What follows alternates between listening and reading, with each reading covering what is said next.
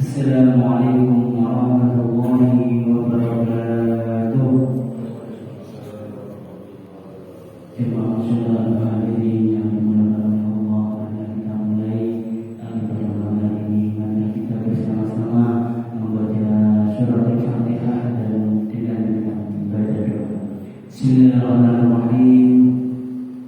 Ya hadirin yang berbahagia, syafaat Rasulullah sallallahu alaihi wasallam wa ala alihi wa sahbihi wa dzurriyyatihi wa ahli baiti ajma'in. Syukrillahi lahul Fatihah. A'udzu billahi minasy syaithanir rajim. Bismillahirrahmanirrahim. Alhamdulillahi rabbil alamin. Ar-Rahmanir Rahim. Maliki yaumiddin. Iyyaka na'budu wa iyyaka nasta'in. Ihdinas siratal mustaqim. Siratal ladzina an'amta 'alaihim ghairil maghdubi 'alaihim waladdallin. Amin. Bismillahirrahmanirrahim. Kalamun qadimun la yumallu sama'uhu tanazzala an qawli wa fi'li wa niyati. Tanazzala an qawli wa fi'li wa niyati. Bihi astaghfi min kulli da'in wa nuruhu dalilun li qalbin yajni wa hayrati. Dalilun li qalbin yajni wa hayrati. Fa ya Rabbi ma'dini syirri khurufini wa nawwir bihi qalbi wa sam'i wa mu'adi. Wa nawwir bihi qalbi wa sam'i wa mu'adi.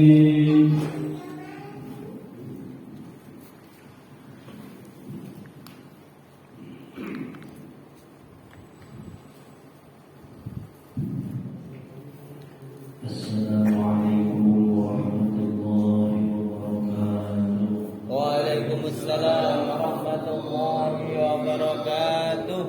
Alhamdulillah, alhamdulillah rabbil alamin. Wa aqibatu lil muttaqin wa la udwana illa 'alal zalimin. Asyhadu an la ilaha illallah wahdahu la syarika lah. Wa asyhadu anna Muhammadan 'abduhu wa rasuluhu la nabiyya ba'dah. Allahumma shalli wa sallim wa barik wa karim 'ala sayyidina Muhammadin. Allahumma shalli wa sallim wa barik alaihi.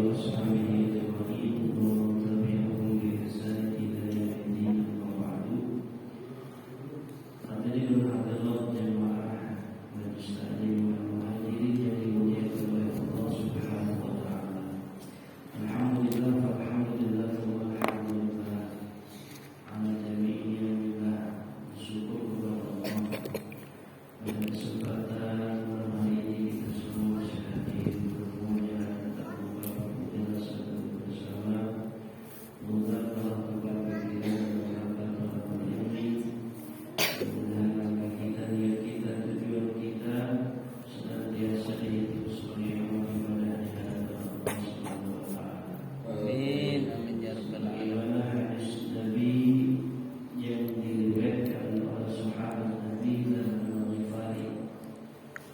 Rasulullah bersabda, "Annahu majlis dzikrin afdalu min shalatin fardhatin wa syuhudin fi jalajatin wa iyadati alfi maridin." Yang artinya sesungguhnya hadirnya di majlis ilmu itu lebih utama dari sholat sunnah 1000 rakaat dan lebih utama daripada ta'ziyah 1000 jenazah dan lebih utama daripada menyewa 1000 anak.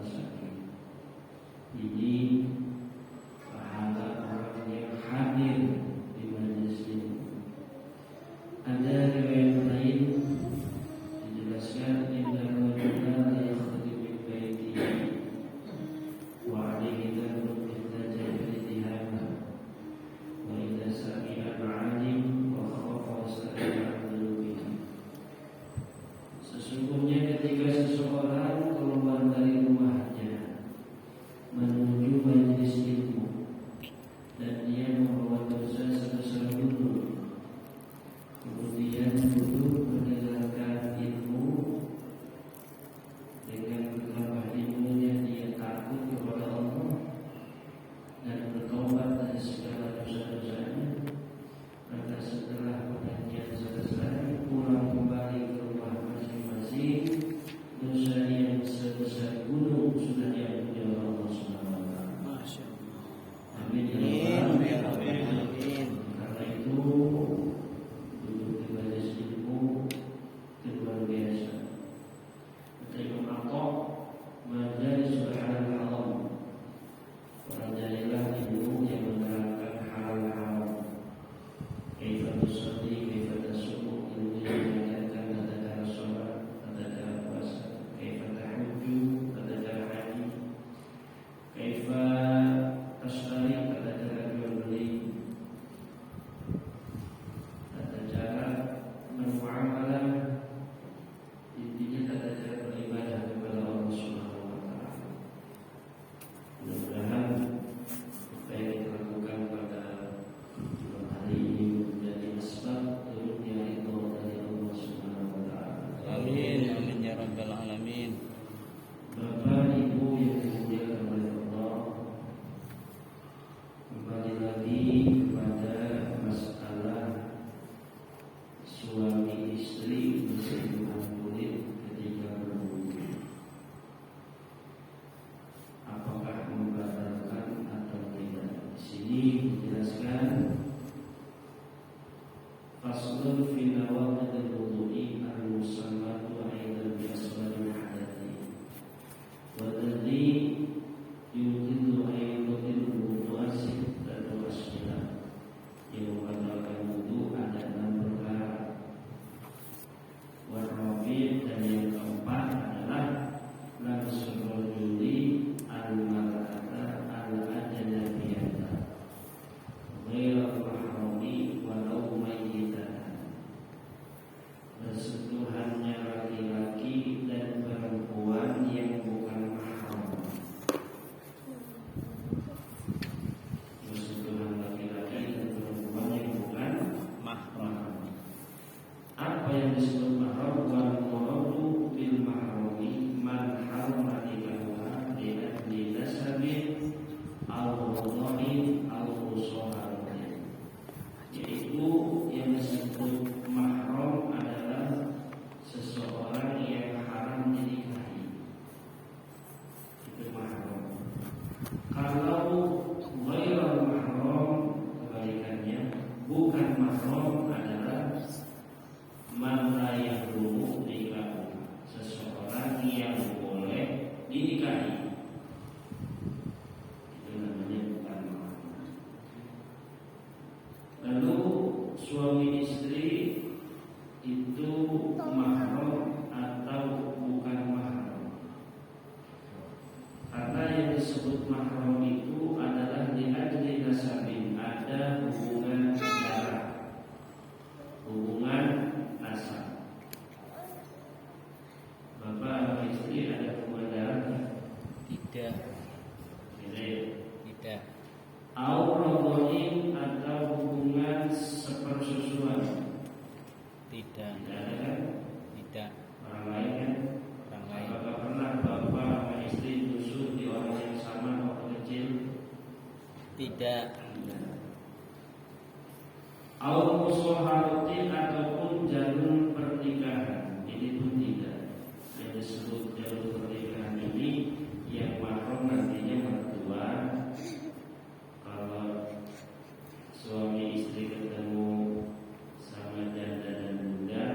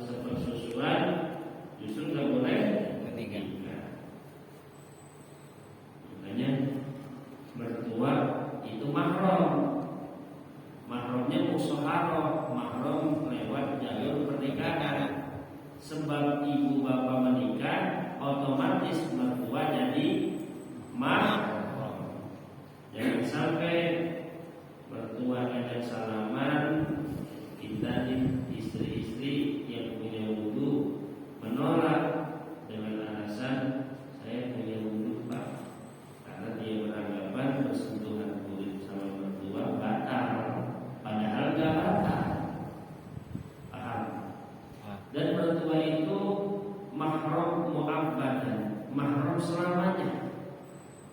Mulai dari bapak menikah sampai mohon maaf bercerai misalkan, itu mertua mahram. Jadi gak boleh mantan menantu menikah dengan mantan mertua, karena mertua mah tidak ada mantannya. Paham? Juga dengan anak tiri. Misalkan, gue cerain aja ibu istri gue lah, gue nikah sama anak tirinya aja, anaknya. Itu juga gak boleh, karena dengan sebab bapak menikah otomatis anak bawaan istri atau suami itu mahram. Atau ibu tiri, bapak tiri. Misalkan bapak ibu punya orang tua tiri. Paham ya? Paham ya? Jadi orang tua tiri itu mahram anaknya. Dan namanya paham ya? Paham. Jadi menurut mazhab Syafi'i dan jumhur ulama kecuali Maliki sama Hanafi, itu bersentuhan kulit laki-laki dan bersentuhan suami istri batal tanpa penghalang, kecuali ada penghalang misalkan mukena atau kain, itu batal. Paham Pak sampai sini? Insyaallah paham. Kemudian selanjutnya, dan perlu digarisbawahi, keponakan itu mahram karena masih jalur nasab. Keponakan itu mahram. Keponakan itu berarti satu. Keponakan bapak, Anaknya adik itu mahram. Kalau bapak ke bibi itu juga mahram. Yang bukan mahram itu ipar. Ipar itu bukan mahram. Bukan mahram. Keponakan tiri. Hah? Keponakan tiri. Keponakan tiri. Jadi adik saya kan menikah nih sama suami, kan? Nah, suaminya itu kan bawa anak. Berarti kan keponakan tiri, bukan anak dari adik saya. Gitu. Iya, gimana? Mahram itu Pak. Harus. Mahram. Karena dengan mahram bil musyawarah tadi. Ya, jadi dia bawa anaknya kan mahram sama adik bapak ya. Iya. Lanjut, bersentuhan dengan lawan jenis tapi yang masih kecil. Ini batal apa enggak? Di sini ulama membagi dua, mengatakan anak kecil siapa saja yang mustahab. Mustahab itu yang menarik perhatian. Kecil cantik, menarik perhatian, itu bersentuhan batal. Karena mazinatus syahwat itu akan muncul praduga adanya syahwat. Tapi Syekh Yusuf membatasinya usia. Yang batal itu adalah anak kecil yang berusia 7 tahun.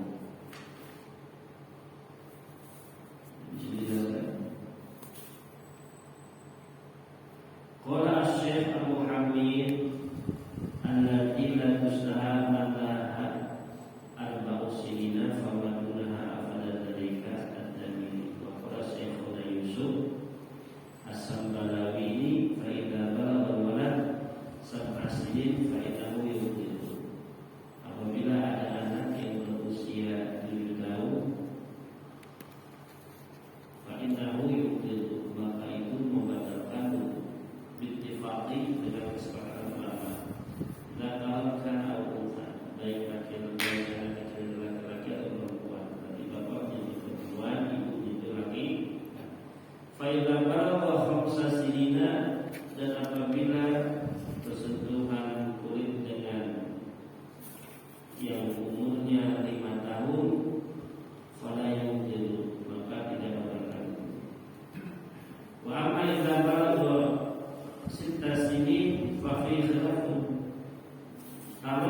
selingkuhnya itu umurnya 6 tahun, maka terjadi perbedaan pendapat. Fakila yang itu fakila lahada. Yang pertama batal, yang kedua adalah tidak. Yurja'u ila tibain nas hatta walad alladhi balagha khusus sinin faqat yaqulu bi majlihi pada itu dia jadi. Ini dua anak orang yang bukan mahram itu juga kalau usianya dan itu tustahan kalau memang anak itu menarik perhatian. Kan dalam masalah mahram dan tidak mahram kita sekali.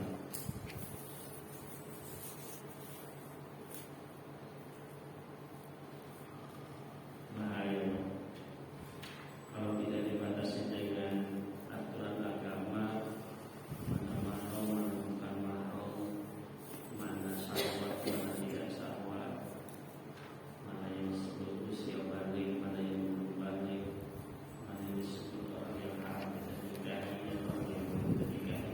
Itu kalau nggak ada aturan itu liar para manusia. Betul? Betul. Iya.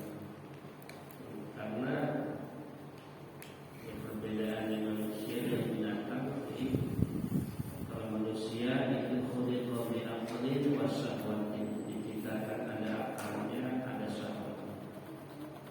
Kalau binatang khuliqa bi syahwatin bi ghairi aqlin, diciptakan ada syahwatnya, enggak ada akalnya.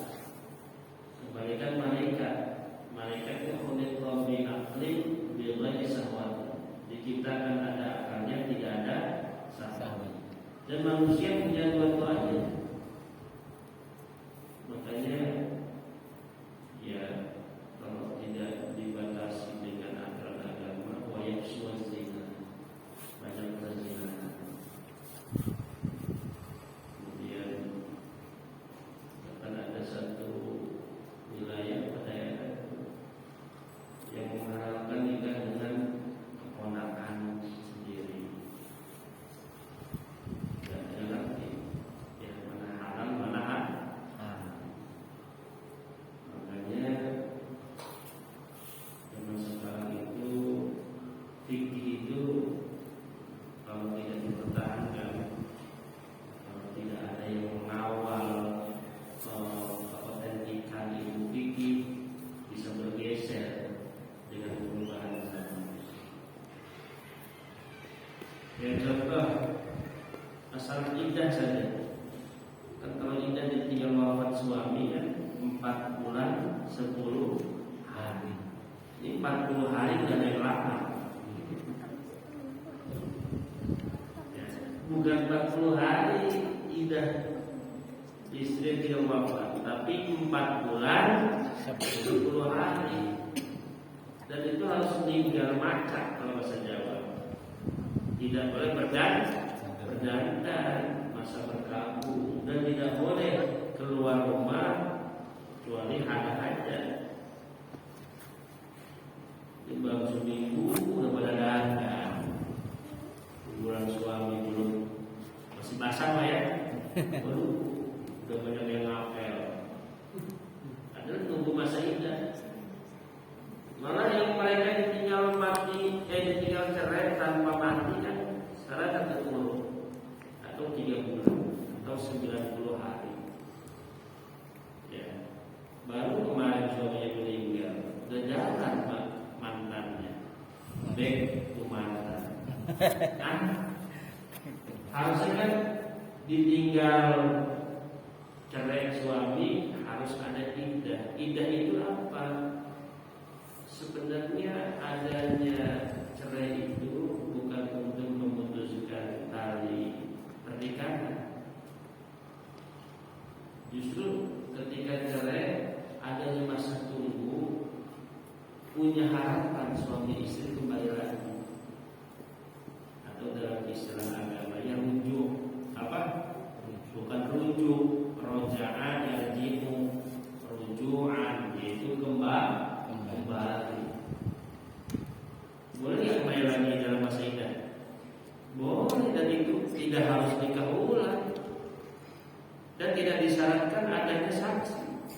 Diikuti kalau ini jatuh minggu paling depan.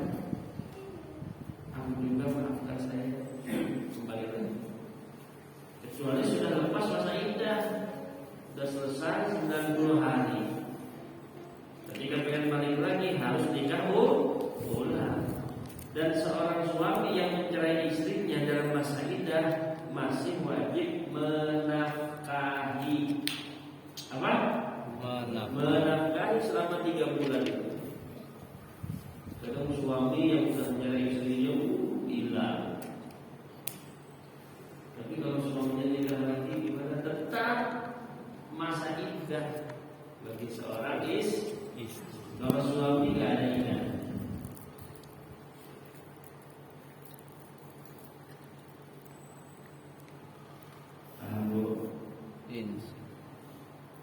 Makanya Santi itu sekarang sedang menghafal tentang anwa'ul iddah khamsatu asya, macam-macam iddah ada dengan iddah ditinggal secara hidup, iddah ditinggal mati, kemudian iddah ditinggal dalam keadaan hamil, kemudian iddahnya suami yang sudah akad tapi belum sempat berhubungan lalu meninggal. Dan itu wajib hafal. Masalah wali nikah bagi seorang anak perempuan siapa satu aku dua dan tiga syaitu empat ibnu akh lima ibnu am tujuh ibnu akh apa bapak kakek saudara kandung kemudian saudara paman sepupu. Jadi paham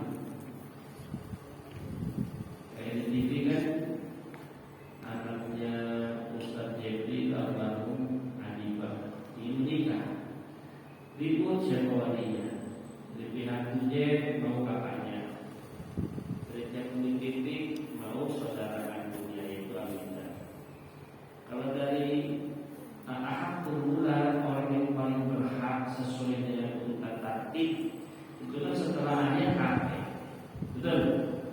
Uje meninggal, harusnya ayahnya Uje meninggal juga, turun ke saudara kandung, syaqiqun, akhun, syaqiqun. Siapa saudara kandungnya? Ya kakaknya, Adibah atau adiknya. Bukan saudara kandung ayahnya, tapi saudara kandung yang mau nikah. Paham?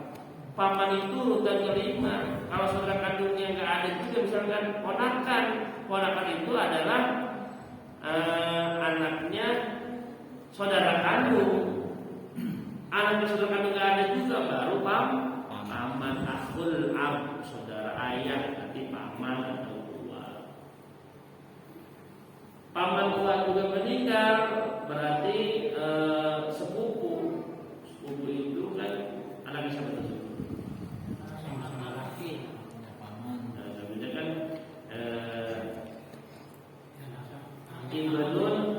Ibnun syaqiqun, anaknya saudara bapak ya.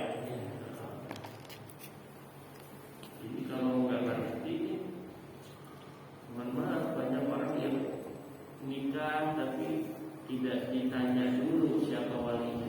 Yang penting ada penghulu. Penghulu itu bukan wali, betul? Penghulu itu hanya pencatatan sipir, data, berkas.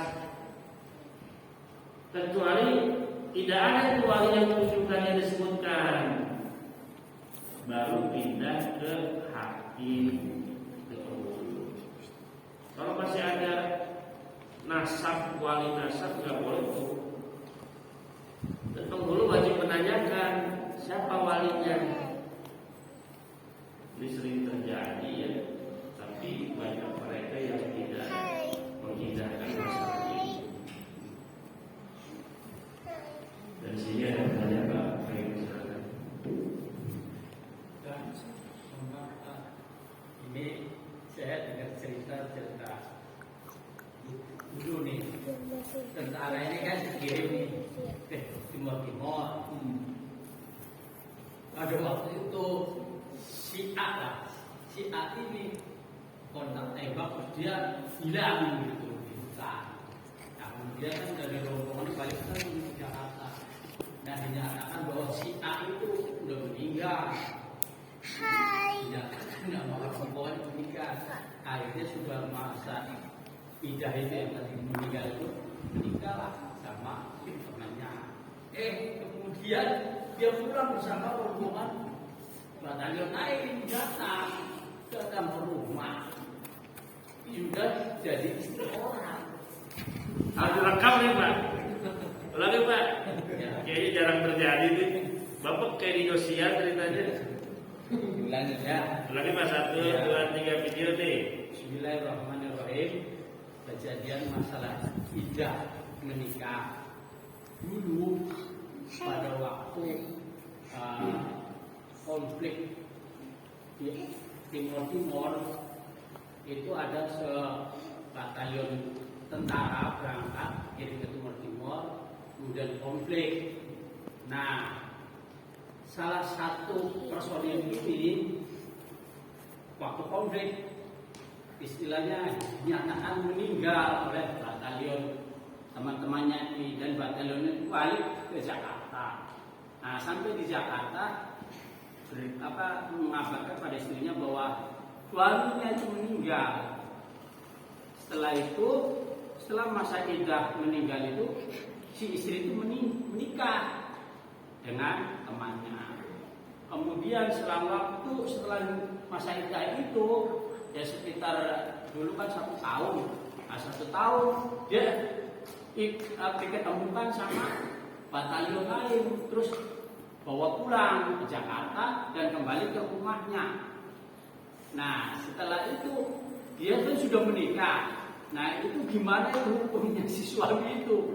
Artinya kan bukan melepaskan masa nikah. Yang dinyatakan meninggal nggak ada kabar telepon. Nggak ada. Tadi dulu kan dinyatakan hilang, dia masuk hutan kan ngumpet kan gitu.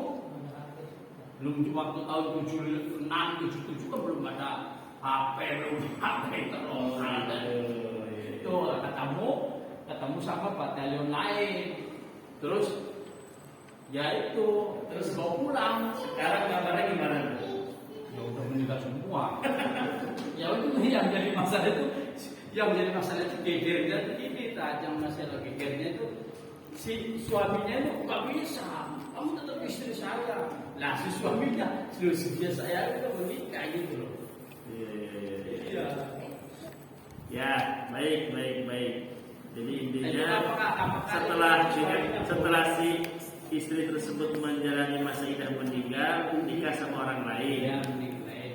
Tiba-tiba suami yang dulu dinyatakan meninggal muncul.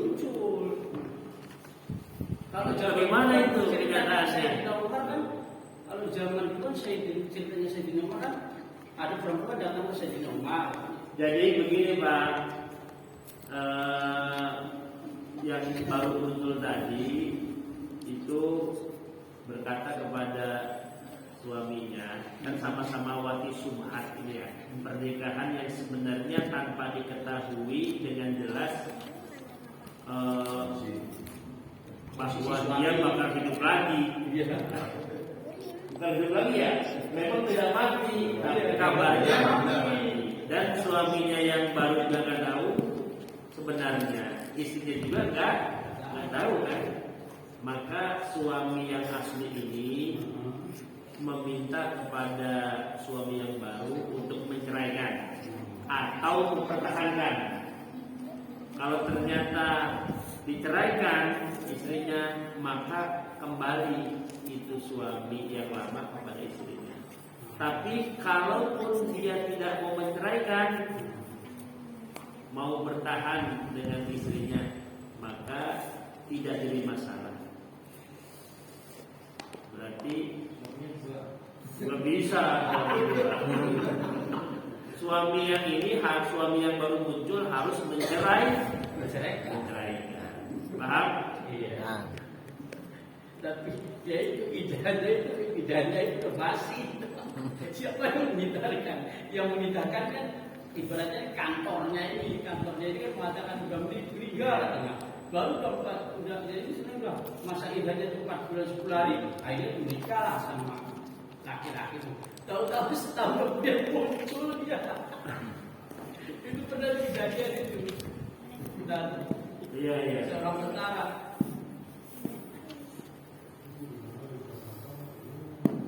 Kan hakikatnya dia belum bercerai kan? Iya, hakikatnya itu tidak menceraikan. Ya, hakikatnya belum bercerai. Hakikatnya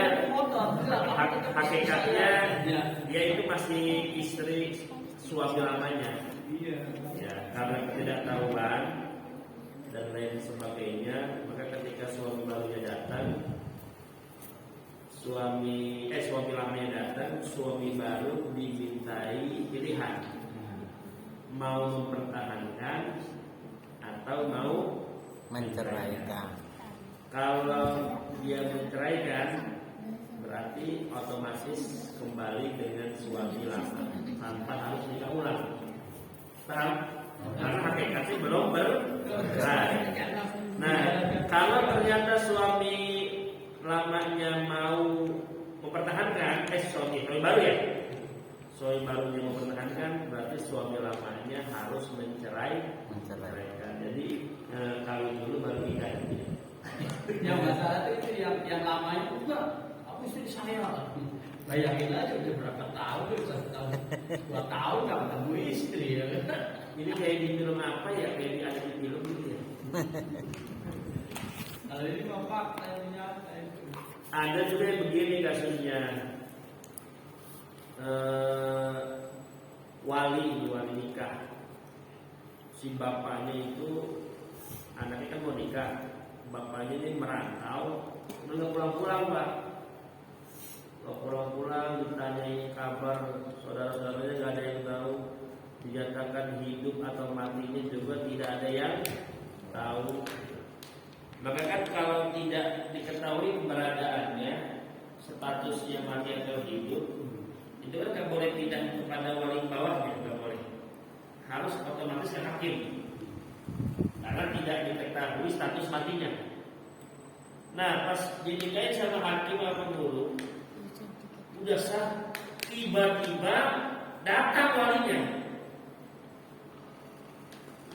Gimana pernikahannya?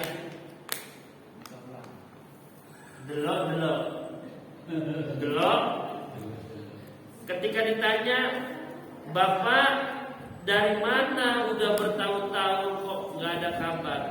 Oh, saya dari Tanah Abang, misalkan usaha kerja dan lain sebagainya.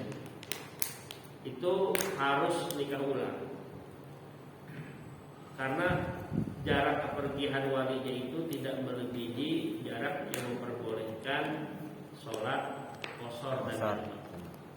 Tapi kalau jarak ketiadaannya itu melebihi 80 kilo, misalkan dari mana? Dari Kalimantan, maka tidak harus nikah ulang.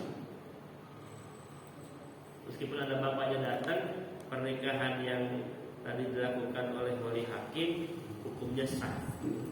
Makanya yang menjadi pertanyaan, kepergian bapaknya ini jarak dekat apa jarak jauh? 80 kilo. Iya.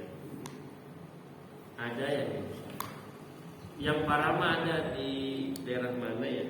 Masih Tambun. Jadi istrinya itu ngurusin nikah anaknya karena istrinya bercerai sama suaminya. Bikin data palsu pak, surat kuning ke RT RW bahwasanya mantan suaminya sudah meninggal. Bilang ke KUA kan nanya bapaknya meninggal, kata mantan istrinya. Terus wali yang lain meninggal semua katanya, nggak ada yang hidup, mati semua. Otomatis kan yang menikahkan wali hakim di masjid ini. Lucu pak. Pas sudah nikah bapaknya datang, mungkin dapat kabar dari mana, kan malu ke istrinya ya. Istrinya bilang udah. Makanya bu, kalau benci sama suami jangan berlebihan sampai dianggap meninggal segala suami. Akhirnya masyarakat orang yang ribut ini gimana nih? Jadi telepon, ya udah permasalahannya gampang nikah ulang. Untungnya nggak sampai malam dan nggak sampai besok. Kalau udah sampai malam besok kan zina ya. Anaknya juga iya aja lagi. Padahal anaknya tahu dia masih punya bapak. Ini mah kelakuan siapa? Kelakuan ibunya. Bilang bapaknya sudah meninggal. Makanya jangan disepelekan Pak, ini masalah perwalian ya. Masalah pernikahan, masalah talak, masalah idah, masalah rujuk ya. Berapa bulan yang lalu ke pesantren ada anak muda punya anak 2 datang bawa rombongan keluarga, bawa parsel. Saya kira mau ngapain? Ternyata minta dinikahkan ulang. Saya kan konfirmasi memang talak berapa? Talak 3. Repot amat. Kenapa kamu sempat langsung talak 3? Sepele itu dasar anak muda ya. Gara-gara HP suaminya diperiksa-periksa sama istrinya. Jadi marah itu suaminya langsung talak 3 sakar. Iya. Ya nggak bisa balik lagi. Kayak lagu. Misalnya balik lagi ribet urusannya. Bi khamsi sharaid dalam kitab fikih harus menjalani 5 syarat. Apa Pak Kiai saya akan lakukan? 1, istri kamu harus nikah dulu sama orang lain. Misalnya ini berat nih. Terus yang kedua harus merasakan madunya. Madu itu harus bersetubuh secara langsung. Artinya nggak boleh habis dinikahin cerai, nggak boleh. Cerai. Yang ketiga harus dicerai dulu sama suami barunya. Yang keempat setelah dicerai kan harus menunggu masa iddah. Yang kelima baru akad baru dengan kamu. Akhirnya ibunya bilang Pak Kiai kasihan anaknya udah 2 kecil kecil. Ya gimana lagi saya hukumnya begitu. Sepakat para ulama. Padahal udah bawa parsel lagi buat saya kira membawa lagi parselnya itu. Akhirnya dia tapi bengong di pesantren, ngelamun gimana. Kalau untuk ini ternyata menikah dengan bapak itu sambil anaknya kan bisa menikah itu wanginya harus Hakim nakaha hamilan, orang yang menikahi perempuan hamil, dan yang menikahi adalah yang menghamilinya. Hamil. Ya. Kemudian lahirlah anaknya perempuan. Waduh, ini ada beberapa masalah di dalamnya. Ustaz, siapa wadahnya hak? Kan itu anak dia, ya anak. Kalau tes DNA ya bukan anak dia, betul? Secara genetik ya anak dia. Tapi secara syar'i, secara agamis yang dinamakan anak adalah al-waladul biologi, anak yang lahir dari hubungan suami istri yang sah, yang syar'i, yang mempengaruhi wali nikah dan mempengaruhi hukum waris. Kalau ternyata dia menikah tapi sudah hamil duluan, berarti kan anak tersebut bukan lahir dari hasil pernikahan. Sebelum nikah sudah Ada. Tapi dalam kitab Bughyatul Mustarsyidin ada keringanan. Keringanannya bukan berarti dosa zinahnya diampuni. Keringanannya adalah nasab si anak. Kalau dinikahinya pas usia kandungan di bawah 4 bulan, maka nasabnya masih kepada bapak. Apa ya? Misalkan melindungi baru sebulan dinikahin, maka nasabnya ke bapak, walinya bapak. Dinikahin 2 bulan masih ke bapak, dinikahin 3 bulan masih ke bapak. Kalau dia menikahinya pas usia kandungannya 4 bulan, ini ke ibu nasabnya. Berarti anak ini anak ibu. Nanti masalahnya perwalian. Berarti walinya wali Hakim. Itulah hukum agama. Ustaz, tentang masalah perceraian nikah. Ya. Bapak duda. Bapak duda. Gimana? Bapak duda. Enggak, gini. Saya nanya Bapak duda enggak? Ya, begini. Jadi perempuan itu menggugat cerai pengadilan. Tetapi selama dalam perceraian dia masih sering tidur bareng. Ada. Gimana itu? Sampai pokoknya sampai sidang habis itu masih tidur bareng sampai pernah tinggal 1 bulan sampai keluar dari sidang itu, dari rumah itu surat cerai. Gimana itu? Bapak mau terbuat ya? Iya, gimana? Sirek. Itu udah diterima sama suaminya? Belum. Istri yang cerai pengadilan, bahkan istrinya suaminya nggak pernah datang ke pengadilan. Ya itu belum cerai lah namanya.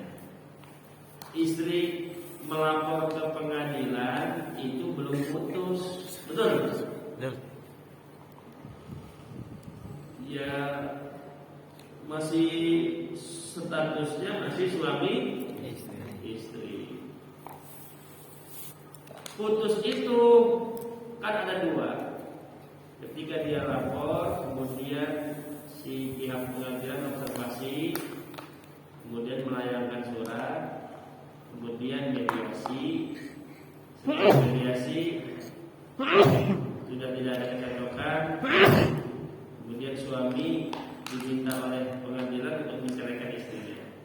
Kalau ternyata suaminya nggak mau menceraikan istrinya, padahal istrinya sudah menang dalam pengadilan dan gugatan, maka si hakim yang menceraikan. Nah itu baru putus. Kalau suami tidak menceraikan setelah mediasi atau hakim juga belum menceraikan, maka statusnya masih suami istri. Paham? Masalahnya begini, masalahnya kan suaminya nggak pernah datang ke pengadilan. Cuman istri yang selalu ke pengadilan. Tapi selama dalam menjadi bukti masih sering tidur bareng. Masalah seperti Ya udah diputus belum sama pengadilan? itu. Belum kan? Belum. Berarti belum. Sampai berapa bulan sudah mendapatkan surat itu. Artinya kan masih tidur bareng. Masih ngapain? Yang tidur bareng lah gitu. Mas kikuk-kikuk. Nah, ada ya. Iya, selama Katanya udah nggak senang sama suami ya. selama sidang pertama juga kan tetap masih tidur bareng. Sampai berapa bulan sampai istrinya yang jadi masalah, istrinya kok masih nyelonong ke pengadilan terus tapi tetap tidur bareng. Gimana? Apa perceraiannya itu sah atau gimana? Apa karena sudah masih tidur bareng apa enggak sih? Gimana? Ya intinya masih status suami istri. Kalau belum ada keputusan pengadilan, Kalau sudah keputusan pengadilan, masih tidur bareng, namanya perzinahan. Sudah putus hubungan suami istri.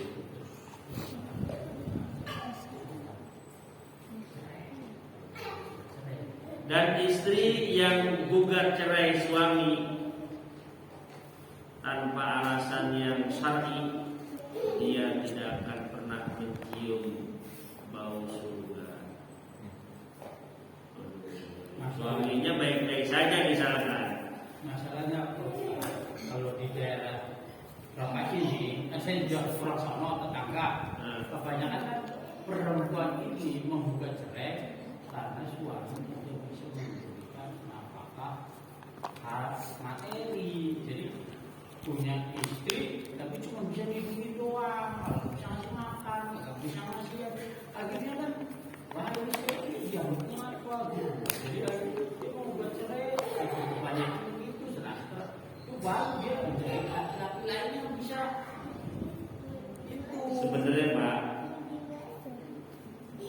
ini nih angka terbanyak kasus perceraian itu karena ekonomi ya. Itu nomor 2. Isunya bukan karena suaminya nggak ngasih nafkah, tapi karena dirasa kurang sama istrinya. Pasti, saya yakin suami itu pasti memberikan nafkah, walaupun sepreman-premannya suami, betul? Tapi istrinya yang merasa kurang. Benar nggak Pak? Hah? Iya. Cuma seperti itu. Karena kan nafkah itu kan semampunya. Suami UMR misalkan 5 juta, ya bisa ngasihnya cuma 2 juta, sisanya mungkin keperluan rumah, cicilan. Ya kalau makanya kan kehancuran seorang laki-laki halakul rajuli ala yadi zaujatihi wa abawihi wa waladihi. Kehancuran seorang laki itu bisa jadi ada di tangan istrinya, orang tuanya dan anaknya. Kenapa?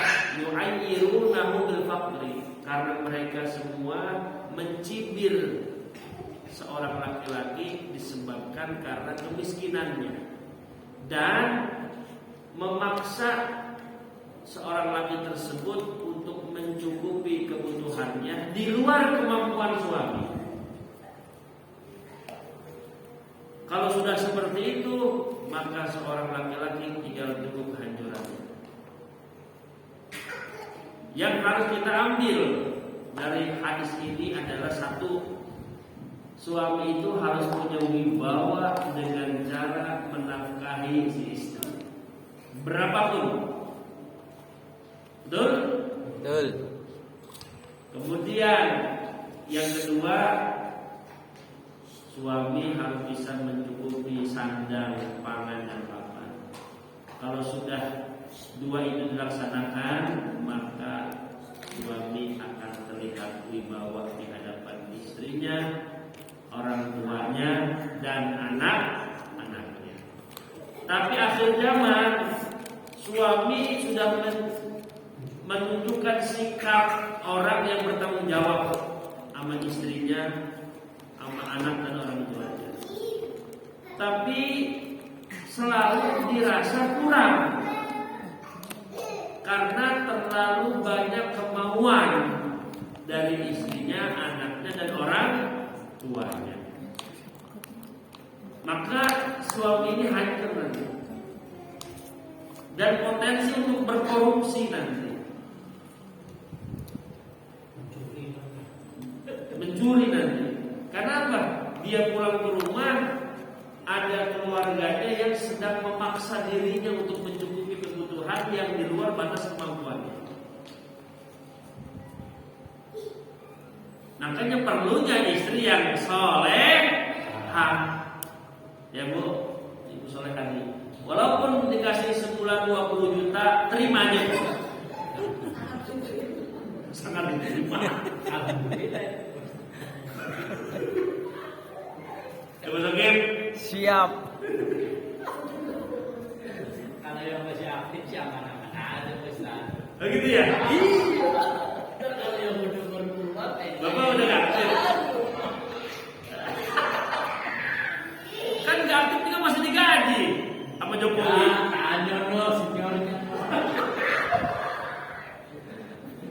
Kalau yang masih aktif ini masih mudah-mudahan aja masih ke pensiun begitu. Pasti rada gagah nanti. Makanya istrinya harus ngaji Pak. Makanya Ya. istri bener banget. Mudah-mudahan bermanfaat. Rabbana atina fid dunya hasanah wa fil akhirati hasanah wa qina adzabannar. Amin. Subhanallah rabbil izzati amma yasifun wa salamun alal mursalin walhamdulillahi rabbil alamin. Maaf, bisa imamnya bisa. Siap.